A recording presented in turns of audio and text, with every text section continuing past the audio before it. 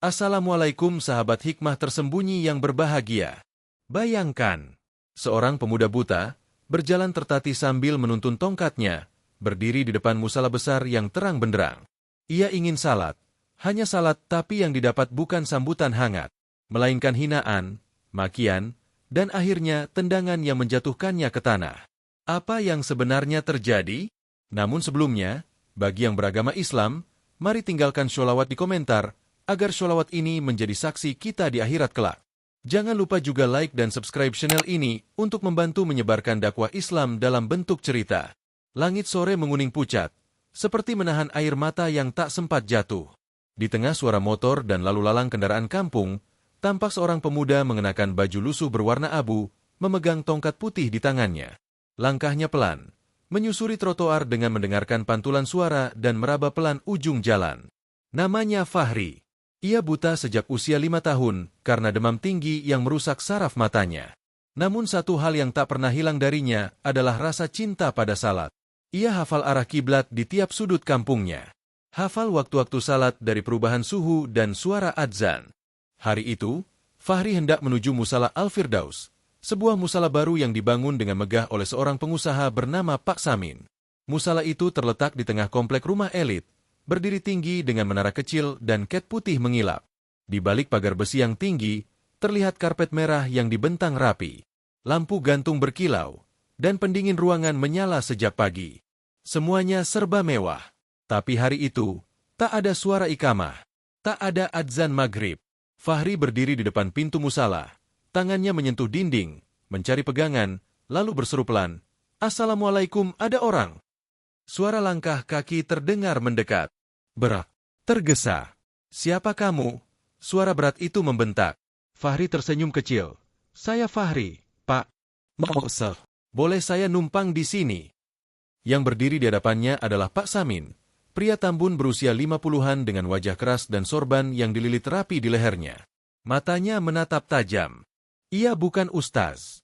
Ia hanya pemilik dan pengurus utama musala yang ia bangun sebagai tanda amal dan kebanggaan di antara warga komplek. Tapi hatinya penuh kesombongan. "Kamu nggak lihat ini musala khusus warga?" bentaknya tajam. "Saya nggak bisa lihat, Pak," jawab Fahri pelan. "Jangan main-main kamu ya. Bau badanmu aja nyebar kemana-mana. Ini tempat suci, bukan tempat gelandangan." Fahri menunduk. Ia menahan gemetar. Tapi suara hatinya tetap lirih dan lembut. "Saya cuma mau salat, Pak. Nggak lama. Saya nggak ganggu siapa-siapa." Pak Samin makin naik darah. "Kamu pikir saya bangun tempat ini buat orang kaya kamu? Sana, pergi dari sini, sebelum saya panggil satpam." Namun Fahri tetap berdiri. Tangannya menggenggam tongkatnya erat. Kakinya mencoba melangkah maju, mencari arah wudhu. Tapi sebelum sempat ia maju satu langkah, sebuah dorongan keras menghantam dadanya. Buk! Fahri jatuh ke lantai. Tongkatnya terlepas. Tubuhnya mencium ubin yang dingin. Pak Samin memaki, "Dasar pengemis! Pergi!" Air mata menetes dari mata kosong Fahri. Bukan karena sakit, tapi karena hatinya terasa remuk. Ia memungut tongkatnya, meraba tanah, dan berjalan perlahan keluar dari musala megah itu tanpa arah. Tak ada yang membantunya. Tak ada yang mencegah. Langit di atas musala itu mendadak kelabu. Angin berhenti. Bahkan burung-burung pun tidak lagi terdengar. Dan di tempat lain, ada yang mencatat. Fahri berjalan tertatih menyusuri trotoar. Tongkatnya menyentuh tepian got dan pot bunga. Tak ada tujuan. Hanya suara jantungnya yang berdetak pelan dan napas yang tertahan di tenggorokan. Perutnya kosong, dadanya sesak, dan matanya menatap kosong ke dunia yang tak pernah bisa ia lihat. Tapi hari itu, hatinya yang justru terasa paling gelap. Ia berhenti di bawah pohon trembesi tua yang berdiri di pinggir jalan, lalu duduk di atas akar yang mencuat dari tanah. Di sana ia memeluk tongkatnya. Tubuhnya gemetar menahan marah, sedih, dan hampa yang bercampur jadi satu. Tangannya meraba saku celananya, mencari pecahan uang receh yang hanya cukup untuk membeli sebungkus gorengan. Tapi ia urungkan. Fahri menarik napas dalam. "Allah, kenapa sujudku harus ditolak?" Sementara itu di dalam musala Al-Firdaus, Pak Samin duduk santai di kursi rotan di serambi. Tangannya menggenggam cangkir teh panas. Ia tampak puas. Di hadapannya, dua pemuda membersihkan karpet dengan vakum elektrik. Seorang lainnya sedang mengelap kaca jendela. Saya gak mau lagi ada orang luar masuk ke sini. Sekali lagi, langsung usir, tegas Pak Samin kepada mereka. Salah satu pemuda yang bekerja sebagai marbot hanya mengangguk pelan. Dalam hati, ia merasa aneh. Baru pertama kali ia melihat seseorang menolak orang salat dengan begitu kejam. Tapi ia terlalu takut untuk melawan. Malam pun tiba. Langit mendung, tapi hujan belum turun. Musala tampak sepi. Pak Samin mengunci pintu utama, lalu menuju kamar tidurnya yang berada di lantai atas rumahnya. Tak lama, azan Isya berkumandang dari masjid kampung yang lebih jauh. Tapi Pak Samin hanya menggerutu. Ngapain jauh-jauh? Musala kan punya sendiri. Ia turun lagi, membuka kembali musala hanya untuk dirinya sendiri. Di dalam, karpet merah yang masih bersih terbentang rapi. Lampu gantung menyala terang. Gorden bergoyang pelan tertiup angin dari celah jendela kecil. Pak Samin membuka sajadah baru, meletakkannya di dekat mihrab, lalu berdiri tegak. Allahu Akbar. Baru rakaat pertama selesai, terdengar suara ketukan lembut dari arah jendela samping. Pak Samin mengabaikannya. Tapi suara itu datang lagi. Pelan, pelan, tapi jelas. Tok tok tok. Ia menyelesaikan salatnya dengan cepat, lalu berbalik. Tak ada siapa-siapa. Jendela terkunci rapat. Tapi di karpet, ada jejak kaki basah. Seperti bekas air wudhu, kecil, dan mengarah ke arah tempat imam. Pak Samin mendekat. Sentuhan tangannya pada karpet itu membuatnya terhentak. Dingin. Sangat dingin. Bukan seperti air biasa, tapi seperti menyentuh lantai kamar mayat. Ia mundur 2 langkah, wajahnya memucat. Cuma karpet lembab, mungkin ada rembesan, gumamnya. Tapi ia tahu itu dusta. Tak ada rembesan di lantai marmer baru seharga jutaan itu. Keesokan harinya, kabar angin menyebar cepat. Seorang tukang servis AC yang datang pagi-pagi mengeluh. Saya kayak dengar suara orang zikir dari dalam musala, padahal lampu masih mati. Gak ada siapa-siapa. Salah satu ibu komplek yang lewat malam-malam juga berkata, tadi malam saya lihat jendela musala terbuka sendiri, padahal udah malam. Dan ada bayangan putih berdiri di tengah ruang salat. Pak Samin hanya tertawa mendengarnya. Ia tak percaya. Tapi setiap malam, matanya makin sulit terpejam. Ia tidur dengan tasbih di tangan, tapi jantungnya selalu berdetak lebih cepat saat angin malam menyentuh pintu musala. Di sisi lain, Fahri masih menginap di emper toko tua milik seorang pedagang sembako. Pemilik toko itu, Pak Darto, membiarkannya bermalam tanpa bertanya. Ia hanya memberikan sepotong roti dan segelas air. Tidurlah, nak. Besok masih ada waktu untuk salat, ucapnya pelan. Fahri tersenyum tipis. Tangannya masih menggenggam tongkat putih yang sudah kusam. Dalam hatinya, ia memaafkan. Tapi hatinya tak bisa melupakan bahwa niat sujudnya pernah ditolak. Dan malam itu, langit seperti ikut bersaksi. Angin kembali berembus pelan di sekitar musala megah milik Pak Samin. Dan di pojok ruangan, sehelai sajadah terlipat sendiri tanpa disentuh siapa-siapa. Malam itu, udara terasa lebih pekat dari biasanya. Awan tebal menggantung, menutup cahaya bulan. Di dalam musala Al-Firdaus, semua lampu sudah dipadamkan. Tapi salah satu kamera pengawas di pojok langit-langit tetap menyala, merekam dalam mode malam. Jam menunjukkan pukul 2.46. Semua orang terlelap, termasuk Pak Samin. Namun rekaman kamera menunjukkan hal yang tak biasa.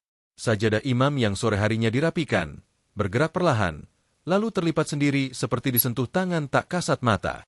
Setelah itu, terdengar suara napas berat, menyeret, dalam, dan pelan. Lalu hening. Pagi harinya, Pak Samin turun ke musala seperti biasa. Tapi langkahnya terhenti. Ia mendapati sajadahnya dalam keadaan terlipat di pojok. Padahal semalam ia yakin tidak menyentuhnya. Siapa yang ngacak-ngacak sajadah ini? Bentaknya pada marbot. Marbot yang baru datang pagi itu mengangkat bahu. Saya belum masuk, Pak. Pintu juga masih terkunci.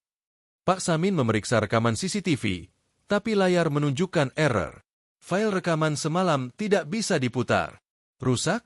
Gumamnya kesal. Lalu menoleh ke arah sajadah yang terlipat. Ada noda seperti bekas lumpur basah di ujungnya. Ia sentuh, dingin, lengket, tapi tidak berbau. Ia perintahkan marbot untuk mencuci seluruh karpet. Hari itu, Pak Samin kedatangan tamu. Seorang tokoh agama dari luar kota, bernama Ustaz Malik, yang dikenal luas karena ilmunya yang dalam dan tutur katanya yang lembut. Awalnya, kedatangan Ustaz itu adalah untuk membicarakan acara pengajian rutin. Tapi begitu menginjak pelataran musala, langkah Ustaz Malik melambat. Ia menatap bangunan itu dalam diam. Wajahnya berubah sedikit tegang. "Pak Samin, boleh saya tanya sesuatu?" ucapnya pelan. "Tentu, silakan Ustaz. Adakah seseorang yang pernah ditolak salat di sini?" Pak Samin tampak kaget. Dahinya mengernyit. "Loh, kok tanya begitu?" "Maaf, saya hanya merasa udara di tempat ini berat. Ada getaran yang tertinggal." Pak Samin menepisnya dengan tertawa kecil. "Ah, mungkin perasaan Ustaz saja. Di sini aman, bersih, sejuk." Namun Ustaz Malik tidak membalas tawa itu. Ia hanya menatap lurus ke arah mihrab, lalu menghela napas dalam. Di luar musala, di gang sempit yang basah oleh gerimis tipis, Fahri duduk termenung sambil memegang mushaf braille kecil miliknya. Ia baru saja menerima kabar bahwa ibunya di kampung jatuh sakit. Tapi ia tak punya ongkos untuk pulang. Ia hanya bisa mendoakan dan tetap menjaga salat. Seorang anak kecil lewat dan menatapnya iba. "Mas, kenapa diam di sini? Mas gak punya rumah ya?" Fahri tersenyum. "Rumahku di langit, Dek. Tapi sekarang belum bisa pulang." Anak kecil itu pergi, tapi tak lama kembali bersama ibunya. Wanita parubaya itu memberikan selembar uang 10 ribuan dan sekotak nasi bungkus. "Mas, ini ada sedikit rezeki. Semoga Mas selalu dijaga Allah ya." Fahri mengucap terima kasih. Suaranya serak. Tangannya menggenggam uang dan nasi itu dengan hati penuh haru. Malamnya, langit kembali menghitam. Petir menyambar 2 kali, meski hujan belum turun. Di dalam musala, Pak Samin terbangun dari tidurnya karena suara seperti orang berjalan dengan kaki telanjang di atas lantai marmer. Langkahnya lambat, basah, dan menggema. Ceplak, ceplak, ceplak. Ia bangun, mengambil senter dan membuka pintu musala. Ruangan kosong. Tapi sajadahnya kembali terlipat. Kali ini, ada seutas benang putih yang melintang di tengah karpet, seperti bekas benang mukena atau tasbih usang. Tiba-tiba, listrik padam. Musala gelap. Suara jam dinding terdengar sangat keras. Detik demi detik membuat Pak Samin merinding. Dan di tengah gelap, terdengar suara lirih, pelan. "Allahu Akbar." Pak Samin terdiam. Suara itu seperti datang dari dalam karpet. Ia mundur, tergesa, tubuhnya menabrak tembok. Saat itulah, ia melihat bayangan orang bersujud di pojok mihrab. Sosok itu membungkuk pelan, mengenakan baju lusuh. Tidak bergerak, hanya bersujud, dalam, dan lama. Pak Samin gemetar. Tangannya bergetar mencoba menyalakan lampu dari luar musala. Begitu lampu menyala, bayangan itu hilang. Tapi di tempatnya bersujud, tertinggal bekas telapak tangan dan dahi basah, dingin, dan berdebu. Pagi harinya, Pak Samin duduk di serambi rumahnya. Wajahnya pucat, matanya sembab tak tidur semalaman. Ia menyeruput kopi yang sudah dingin, tapi tak terasa di lidah. Pikirannya masih tertambat pada kejadian malam tadi. Bayangan sosok yang bersujud di pojok musala itu terus terlintas di matanya. Diam, hening, tapi membekas seperti luka yang tak bisa sembuh. "Pak?" Suara pelan menyadarkannya. Itu suara Marwan, marbot muda yang sudah 2 tahun bekerja membersihkan musala. "Ada apa?" tanya Pak Samin lesu. "Karpet musala bagian imam, ada noda bekas telapak dan dahi, Pak. Padahal semalam udah saya cuci bersih." Pak Samin langsung bangkit. Tanpa bicara, ia menuju musala, membuka pintu, dan menatap ke arah mihrab. Matanya langsung tertumbuk pada bekas sujud yang jelas terlihat di atas karpet merah Turki mahal itu. Seperti ada yang salat, meski tak seorang pun masuk. Pak Samin memanggil teknisi CCTV.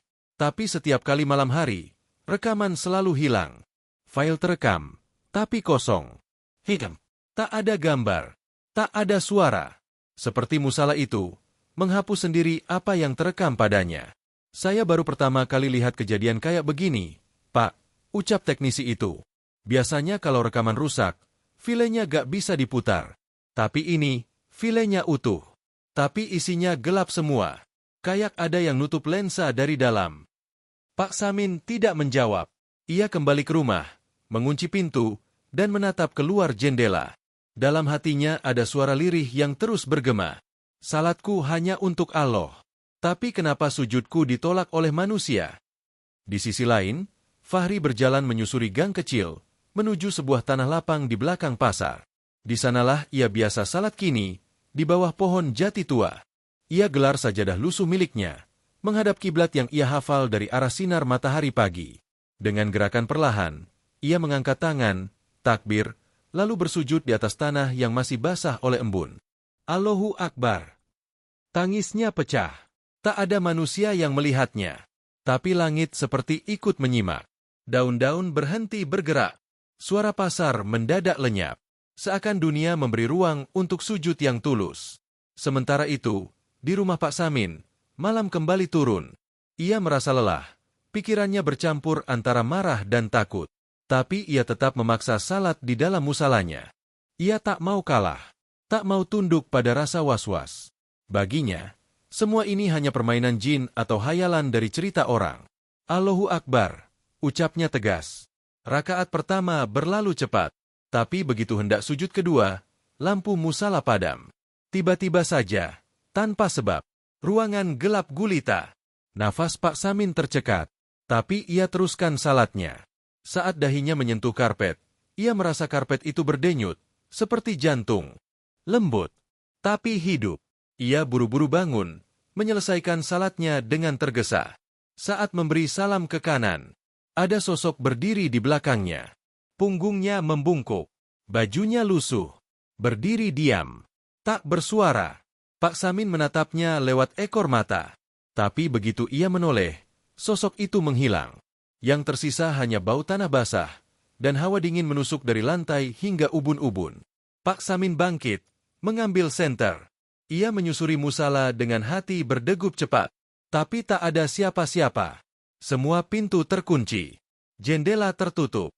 Namun saat ia hendak kembali ke rumah, sebuah suara terdengar dari arah rak sajadah. Saya hanya ingin sujud. Pak Samin mematung. Suaranya lirih, tapi terasa sangat dekat. Bukan dari luar, tapi dari dalam musala itu sendiri. Ia menatap ke arah rak sajadah.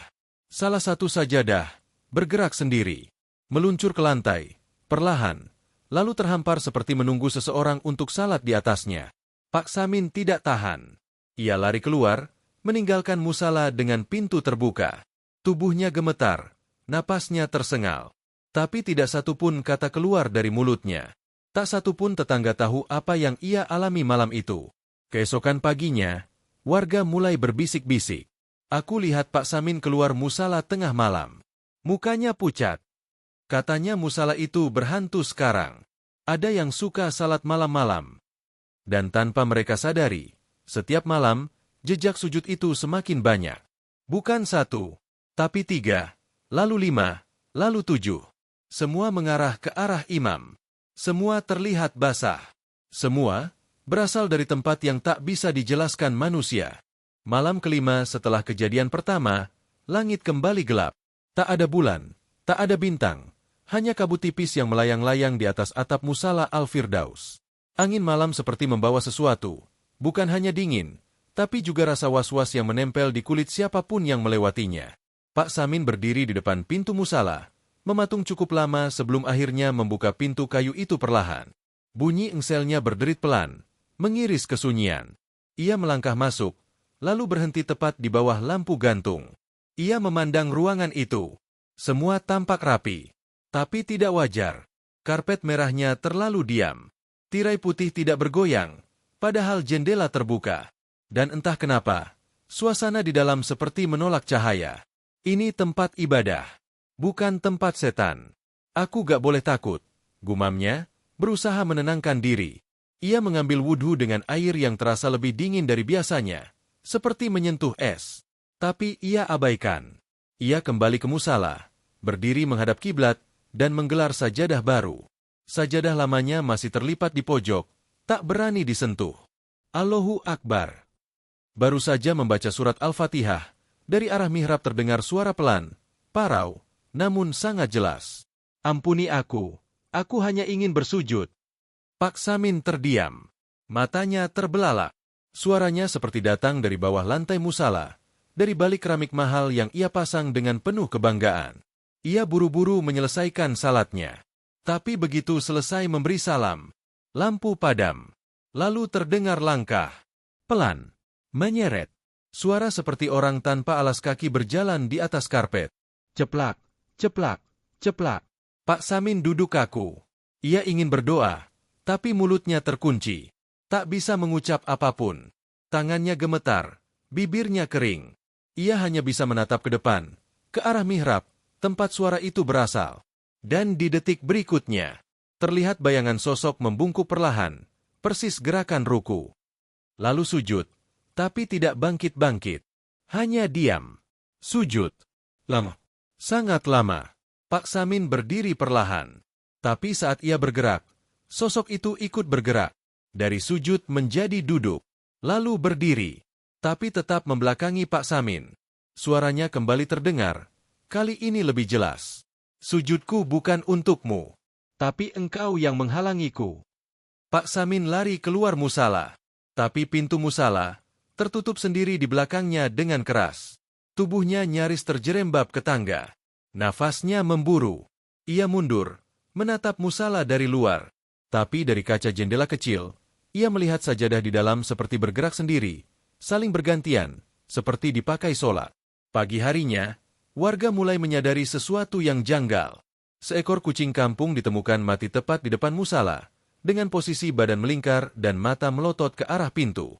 Anak-anak tak lagi berani main bola di sekitar halaman musala. Bahkan ibu-ibu pengajian yang biasa datang setiap Kamis sore mulai membatalkan kehadiran. Saya gak kuat, Bu, di dalam terasa berat, ucap salah satu jamaah kepada temannya. Pak Samin mulai kehilangan kendali. Ia panggil dukun dari luar kampung, membayar mahal untuk membersihkan tempat itu. Tapi baru satu malam, dukun itu lari terbirit-birit dari dalam musala. Saya gak sanggup, ini bukan jin biasa, ini doa yang tertahan. Kata-kata itu membuat Pak Samin diam. Ia tak mau mengakuinya. Tapi wajahnya makin sering pucat. Matanya cekung. Rambutnya mulai rontok. Beberapa warga mulai berani berspekulasi. Dulu, katanya dia pernah ngusir orang yang mau salat. Yang buta itu, pemuda yang sering jalan bawa tongkat. Iya, dulu sempat ramai, tapi dibungkam. Di sudut lain kampung, Fahri masih setia menunaikan salat di tanah lapang dekat pasar. Kini ia tak sendiri. Beberapa pemuda mulai ikut bergabung dengannya, meskipun mereka salat di atas tanah, bukan karpet, bukan bangunan mewah. Tapi suasananya tenang. Ya, Mas, ucap salah satu dari mereka. Iya, jawab Fahri pelan. Karena tempat ini gak pernah menolak siapapun yang mau bersujud. Dan malam harinya, Musala Al-Firdaus mengeluarkan bau anyir yang menyengat. Marbot yang datang pagi berikutnya menemukan karpet imam basah total. Bukan oleh air wudhu, tapi seperti bekas keringat tubuh yang lama bersujud tanpa bergerak. Dan dari arah mihrab, tertinggal tulisan samar di dinding. Sujudku dihalangi, maka tempat ini tak lagi suci. Sejak pagi, warga kampung ramai membicarakan kabar dari Musala Al-Firdaus.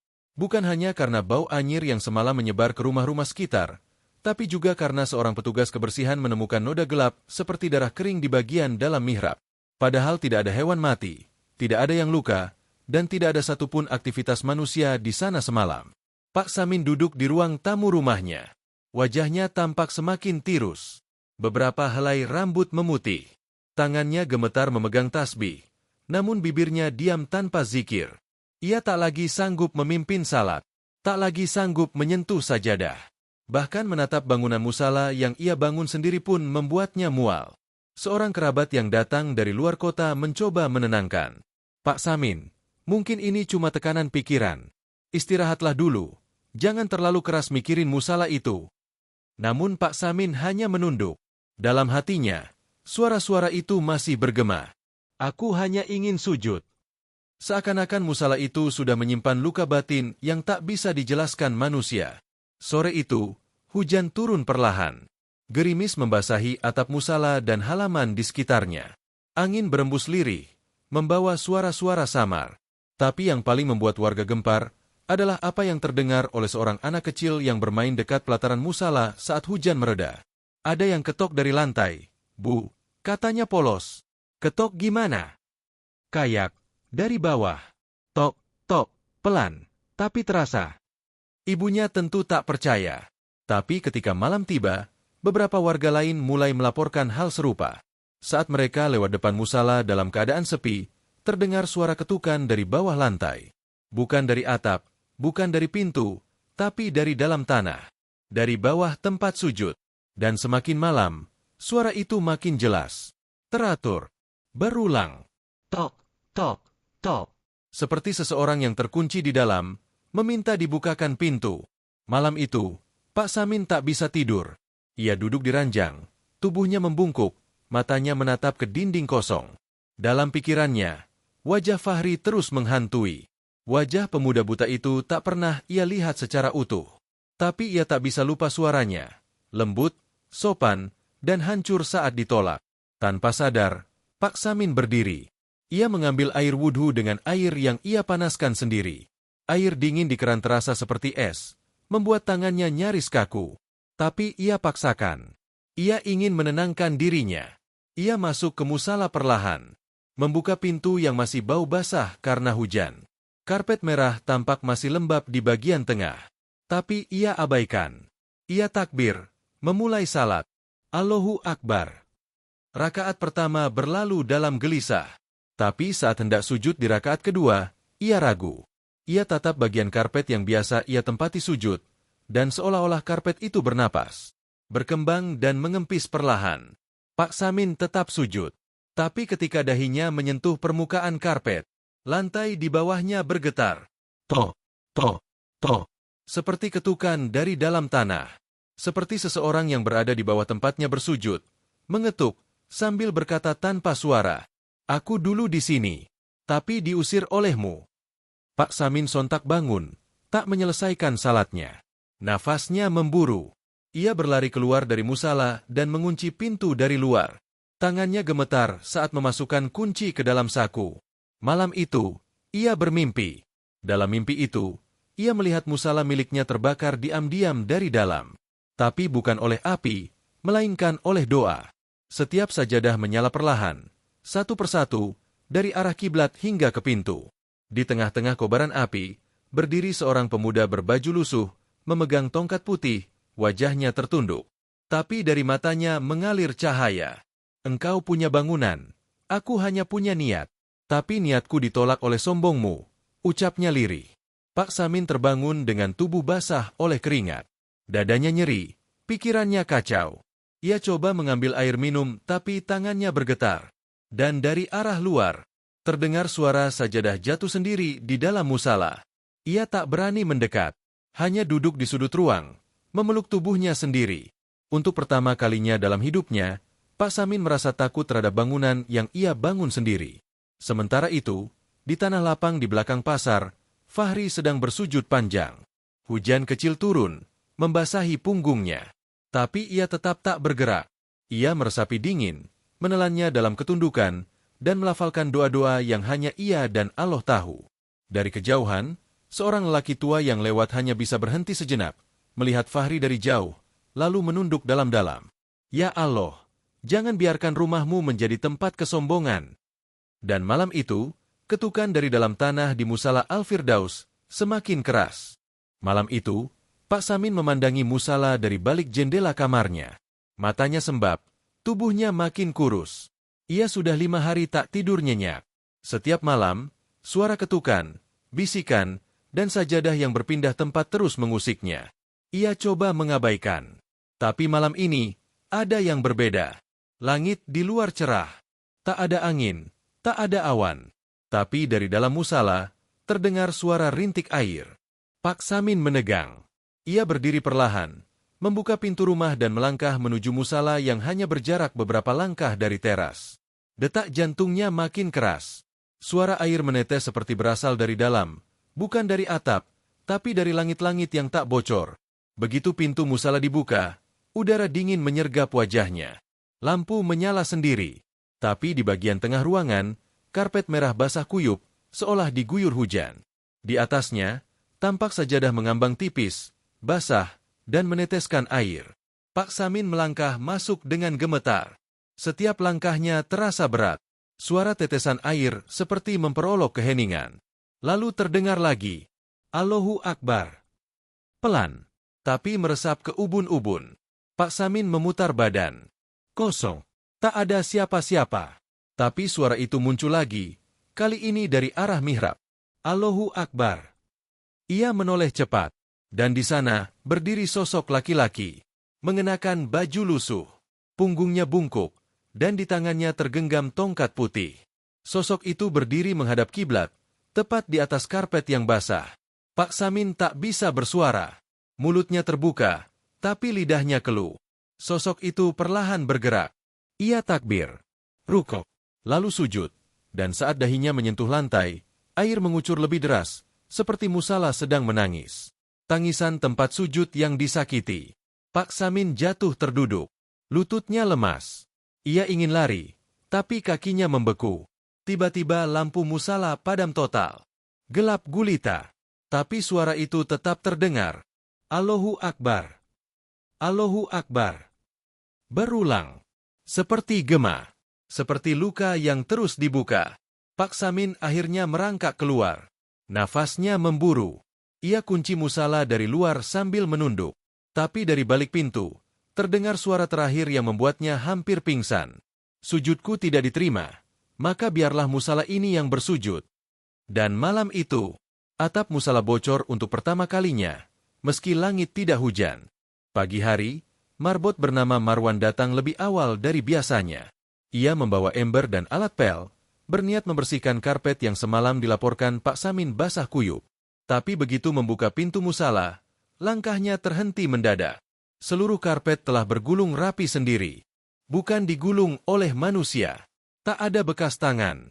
Tak ada lipatan berantakan.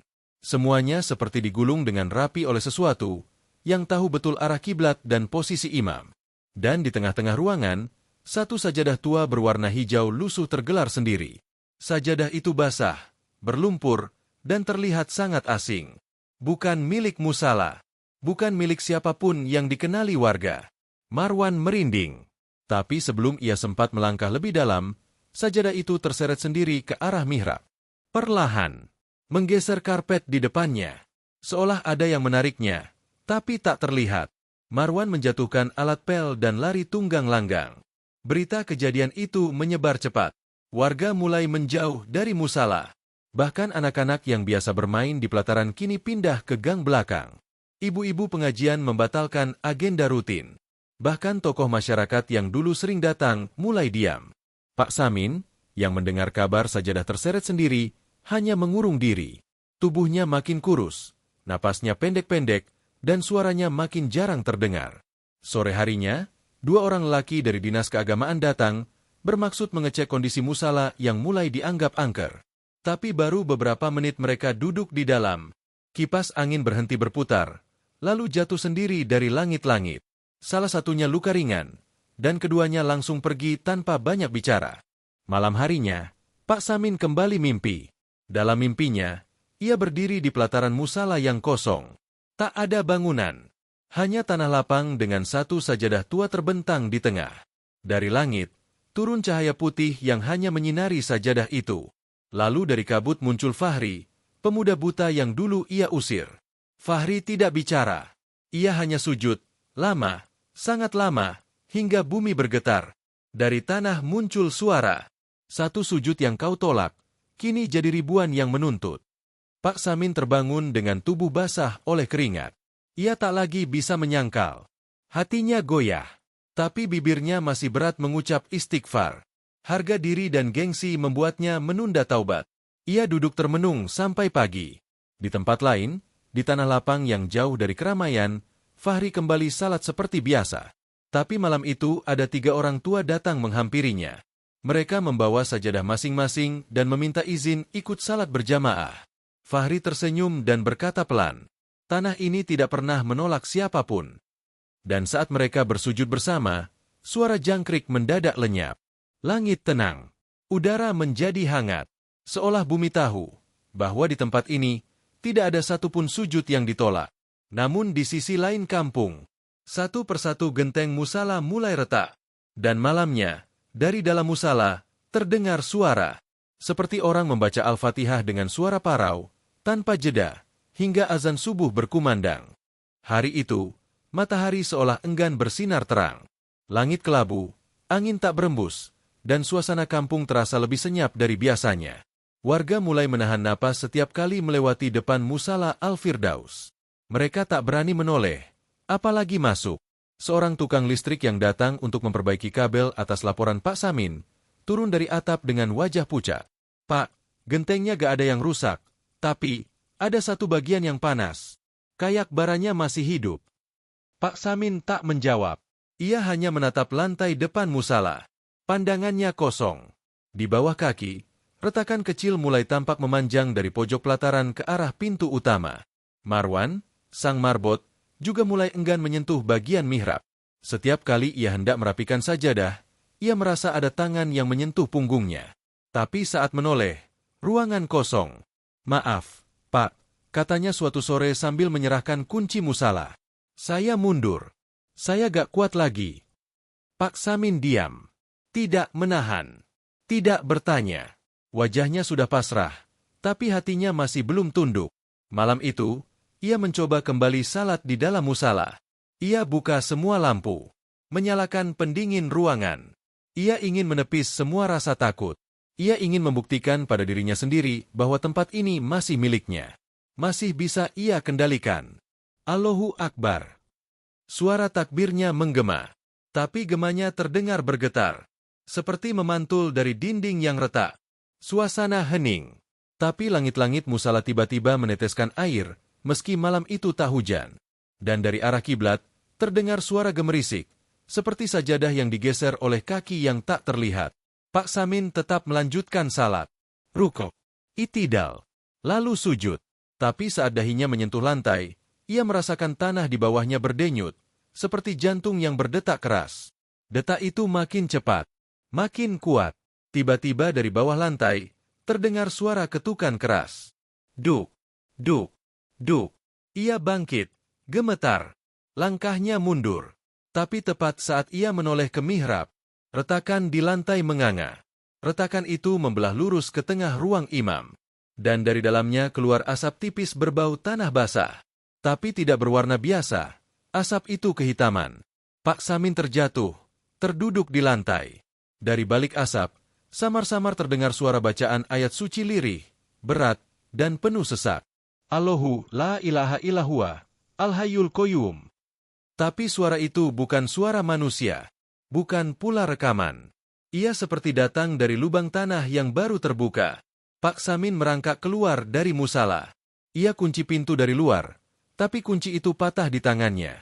Suaranya tercekat, keringat mengalir deras. Malam itu, warga sekitar mendengar suara dari arah musala. Seperti banyak orang salat serempak, takbir dan rukuk bersahutan. Tapi saat mereka menoleh, musala itu gelap. Tak ada lampu, tak ada yang masuk, tak ada siapa-siapa. Dan besok paginya, retakan di depan musala bertambah lebar.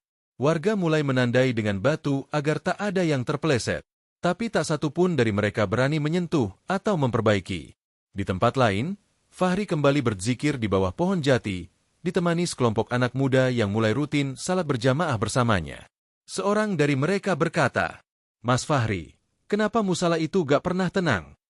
Fahri menjawab lirih, "Karena ada satu sujud yang pernah ditolak."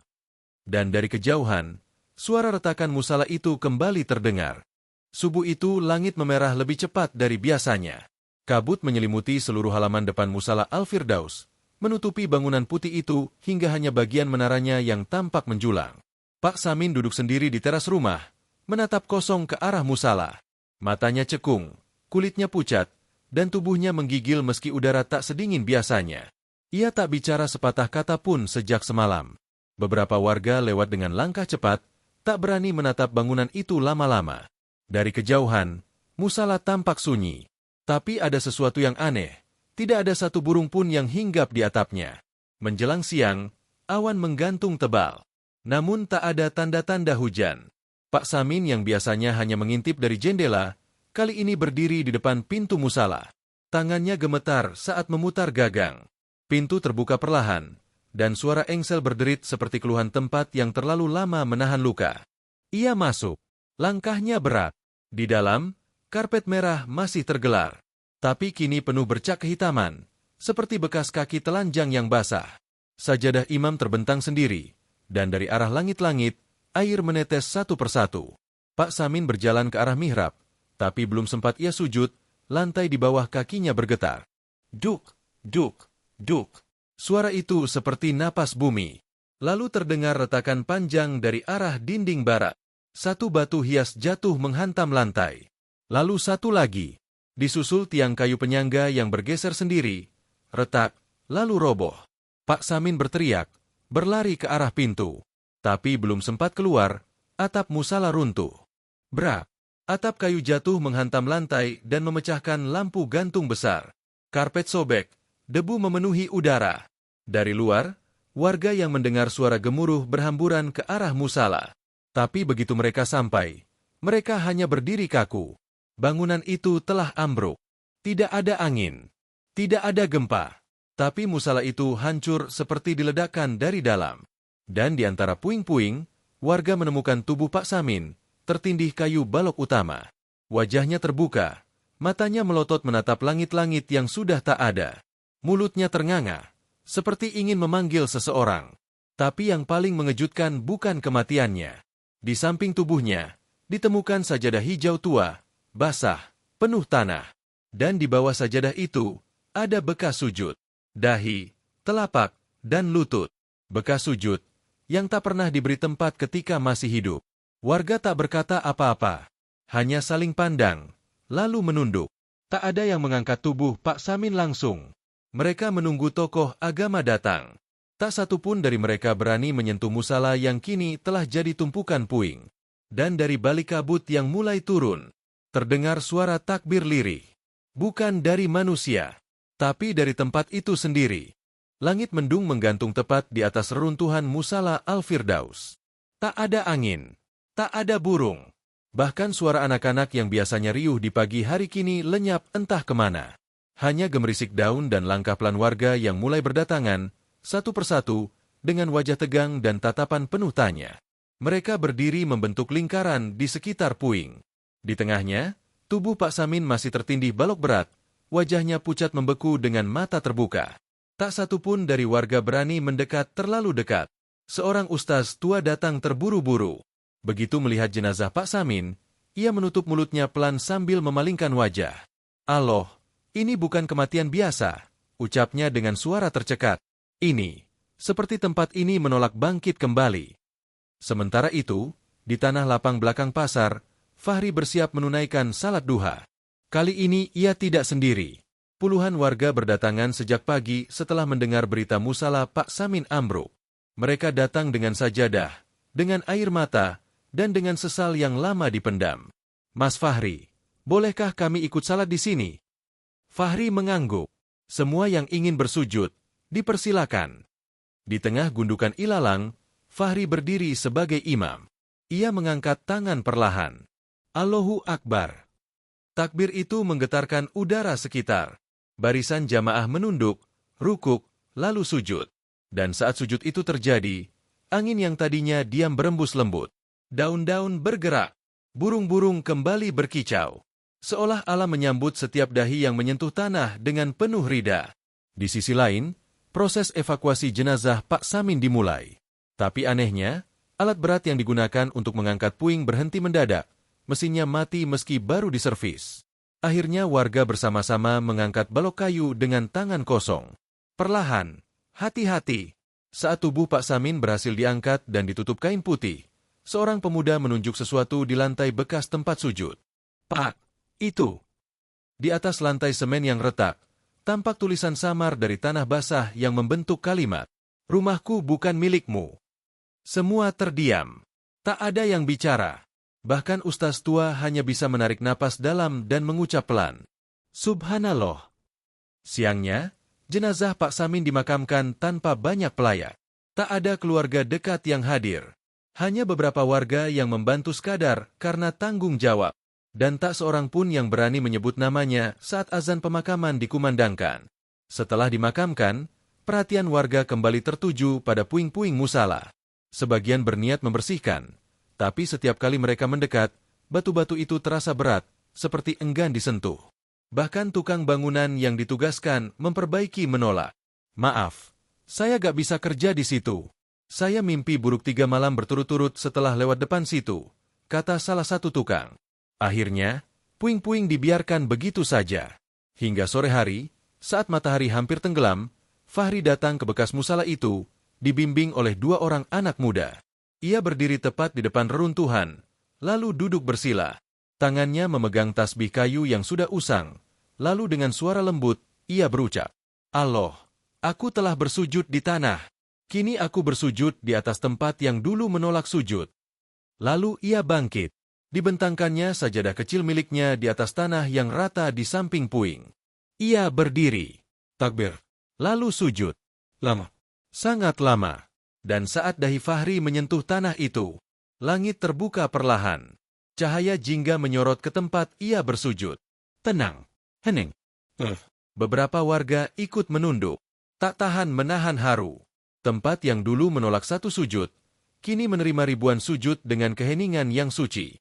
Dan di bawah sinar senja yang lembut, bekas musala itu menjadi saksi bahwa Allah tidak pernah menolak siapapun yang ingin bersujud kepadanya. Tapi manusia bisa ditolak dari tempat sujud karena kesombongannya sendiri.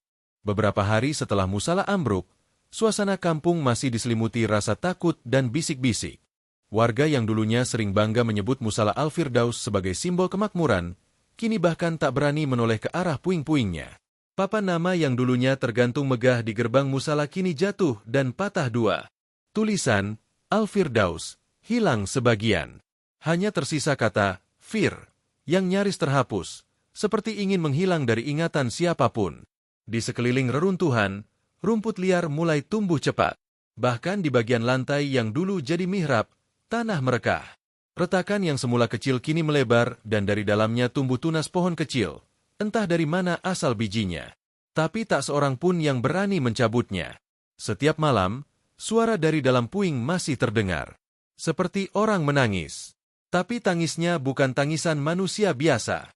Tangisan itu berat, dalam, dan terdengar dari bawah tanah. Sementara itu, Fahri tinggal di rumah kecil pemberian warga, tak jauh dari tanah lapang tempat ia biasa salat. Rumah itu sederhana, berdinding papan, namun selalu terbuka untuk siapa saja. Setiap hari, orang datang, bukan untuk mengaguminya, tapi untuk mencari ketenangan. "Mas Fahri, kami bingung, apakah boleh membangun musala baru?" tanya seorang warga dengan suara hati-hati. Fahri menoleh pelan. "Boleh. Tapi jangan di atas tempat yang pernah menolak sujud. Biar tanah itu istirahat." Warga mengangguk perlahan. Tak ada yang membantah. Mereka tahu, tempat itu bukan milik mereka. Bukan milik Pak Samin. Bukan milik siapa-siapa. Tapi milik Allah. Hari demi hari berlalu. Tapi musala itu tak pernah dibangun kembali. Bahkan tukang bangunan yang dibayar 2 kali lipat pun menolak datang. Setiap kali saya pegang sekop, tangan saya gemetaran. "Bukan takut, tapi hati saya gak kuat," ucap salah seorang tukang sambil menunduk. Akhirnya warga sepakat, tempat itu tidak akan dibangun lagi. Sebagai gantinya, mereka membersihkan sebagian puing dan meratakan tanahnya menjadi lapangan sujud terbuka. Tak ada tembok, tak ada atap, hanya arah kiblat, sajadah-sajadah tipis, dan batu kecil di bagian depan bertuliskan, "Tempat ini pernah menolak sujud. Kini menerima semua yang datang." Setiap malam Jumat, orang-orang dari kampung sebelah berdatangan. Ada yang bersujud, ada yang menangis, ada pula yang hanya duduk diam memejamkan mata. Tempat itu telah berubah. Dari bangunan yang dulu ditinggikan dengan harga diri, menjadi tanah yang direndahkan dengan keikhlasan. Namun tanda-tanda ganjil masih ada. Satu malam, seorang anak muda melihat cahaya remang muncul dari tengah lapangan.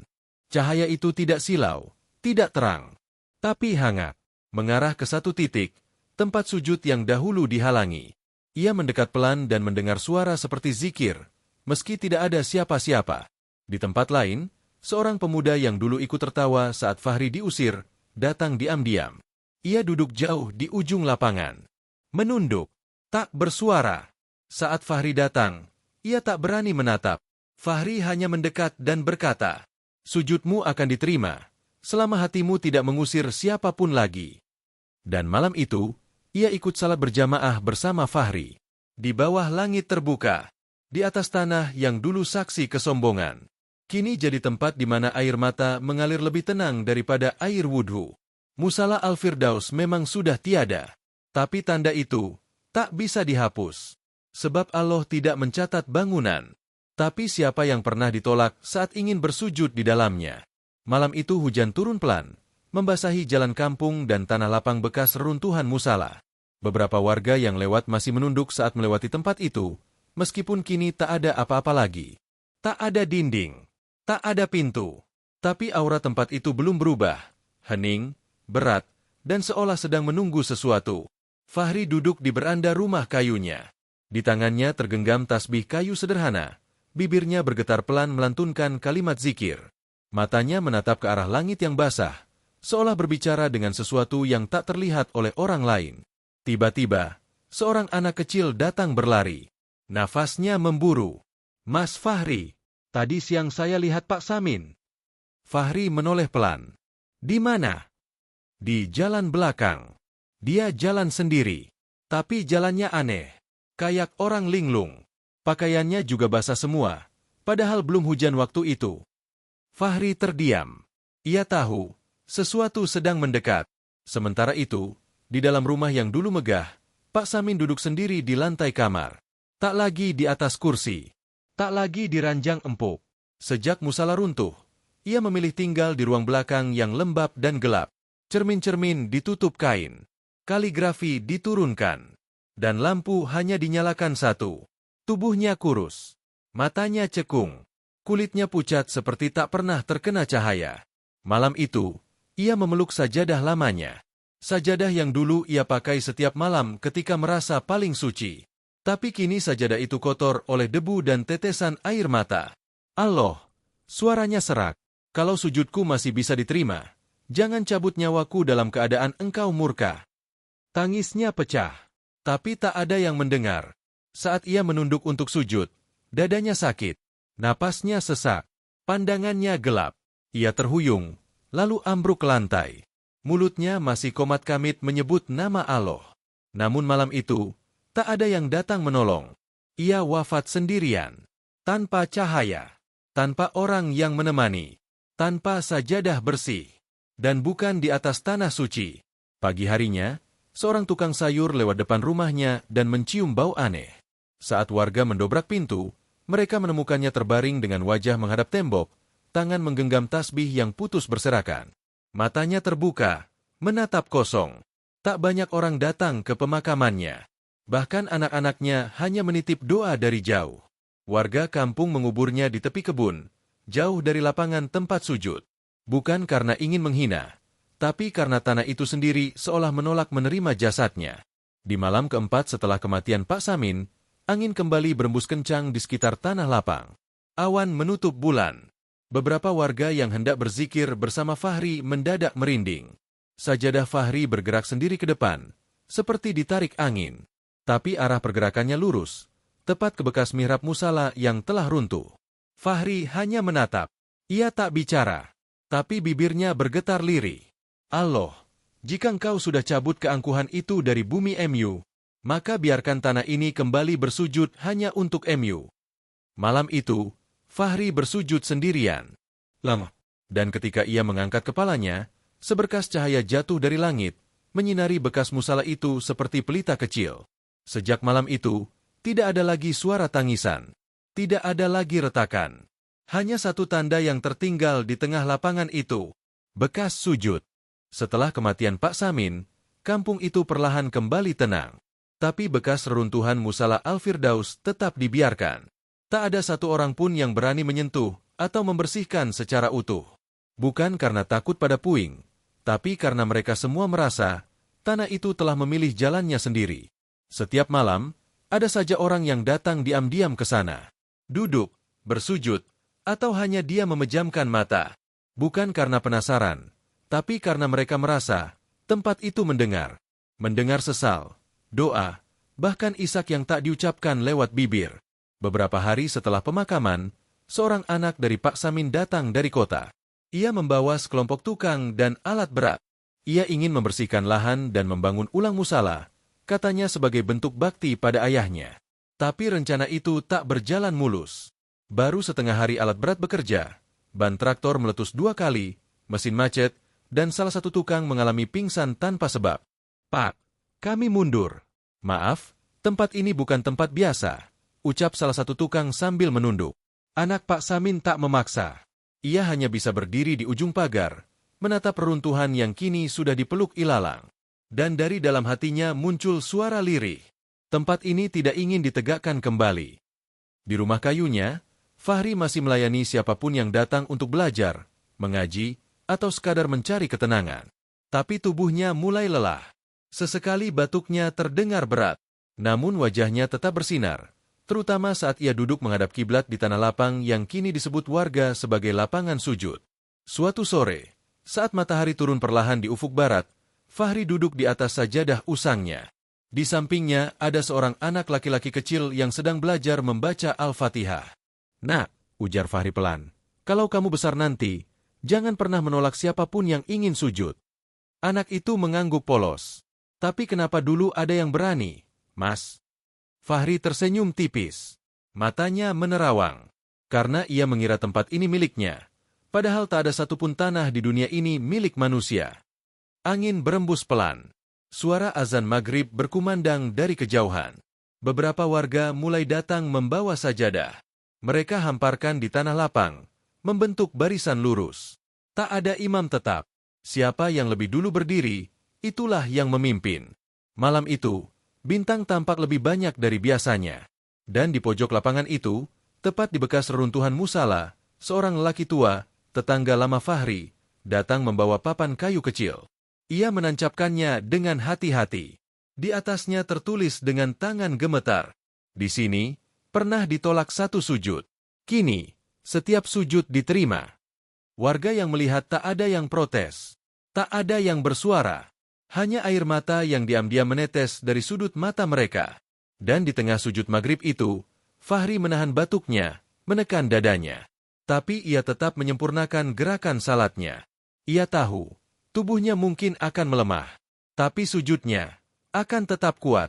Tanah yang dulu ditinggikan dengan ego, kini menunduk bersama semua yang mau merendahkan hati. Fajar belum menyingsing ketika kabut tipis menyelimuti tanah lapang yang dulu menjadi runtuhan musala Al-Firdaus. Suara ayam masih pelan, dan udara pagi belum sepenuhnya hangat. Di ujung lapangan, sebuah gubuk kayu berdiri sederhana. Di dalamnya, Mbah Fahri, yang dulunya dikenal sebagai Fahri si pemuda buta, terbaring tenang di atas tikar usang. Tubuhnya kini ringkih. Rambutnya telah memutih. Napasnya lambat dan berat. Tapi di sebelahnya, tasbih kayu yang sama masih ia genggam. Tangannya bergerak perlahan, mengulang zikir yang sama, yang selalu menemaninya sejak hari ia diusir dari musala yang dulu dianggap suci. Pagi itu, Salman, anak muda yang dulu belajar mengaji dengannya, masuk membawa air hangat dan sepotong roti. Tapi sebelum ia bicara, Mbah Fahri sudah membuka mata, tersenyum tipis. "Salman," suaranya pelan, "boleh antar Mbah ke tempat biasa salat?" Salman menahan napasnya. "Sekarang?" "Tapi Mbah." "Sekarang, Nak, sebelum adzan subuh berkumandang. Mbah masih ingin satu sujud lagi. Satu saja." Salman mengangguk. Dengan hati-hati, ia memapah tubuh tua itu. Di sepanjang jalan tanah, mereka tak bicara. Hanya suara embusan angin yang mengiringi langkah mereka menuju lapangan sujud. Sesampainya di sana, Mbah Fahri meminta duduk di atas sajadah usangnya yang masih disimpan Salman. "Allahu Akbar," ucapnya dengan suara hampir tak terdengar. Ia takbir, rukuk, lalu sujud. Sujudnya lama, sujudnya dalam, sujudnya tenang, seperti ia melepas semua beban hidup yang telah lama ia pendam. Dan ketika Salman menoleh, tubuh Mbah Fahri sudah tak bergerak. Napasnya telah berhenti, tapi wajahnya tersenyum. Tangannya masih dalam posisi duduk di antara dua sujud. Langit yang tadinya gelap, perlahan cerah. Matahari belum muncul, tapi sinar jingga turun perlahan, menyinari tanah itu seolah memberkahi. Warga berdatangan. Mereka menangis. Bukan karena kehilangan semata, tapi karena mereka tahu, Mbah Fahri pergi dalam keadaan paling mulia saat bersujud. Jenazahnya disalatkan di lapangan sujud, di tanah yang pernah menolaknya, tapi kemudian memeluknya dengan cinta. Tak ada bangunan, tak ada mimbar, hanya langit yang menjadi atap dan bumi yang menjadi sejadah. Dan saat jenazahnya diangkat untuk dimakamkan, sehelai sajadah tua milik Mbah Fahri tertinggal. Tapi tak ada yang berani memindahkannya. Sajadah itu tetap di sana, tertanam di atas tanah yang tak lagi keras. Tanah yang kini lembut, karena telah menerima sujud terakhir dari hamba yang pernah diusir, tapi tak pernah menyimpan dendam.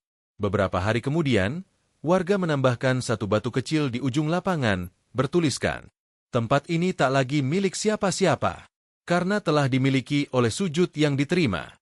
Dan setiap orang yang datang, setiap dahi yang menyentuh tanah itu, tahu bahwa sujud tidak membutuhkan bangunan, hanya keikhlasan. Sahabat semua, kisah ini bukan sekadar cerita. Ini peringatan bahwa sujud tak butuh bangunan megah, hanya hati yang tunduk. Tinggalkan sholawat di komentar, dan bantu kami terus menyebarkan dakwah lewat cerita. Like, share, dan subscribe, karena satu klikmu bisa jadi sebab hidayah bagi yang lain. Sampai jumpa di kisah berikutnya.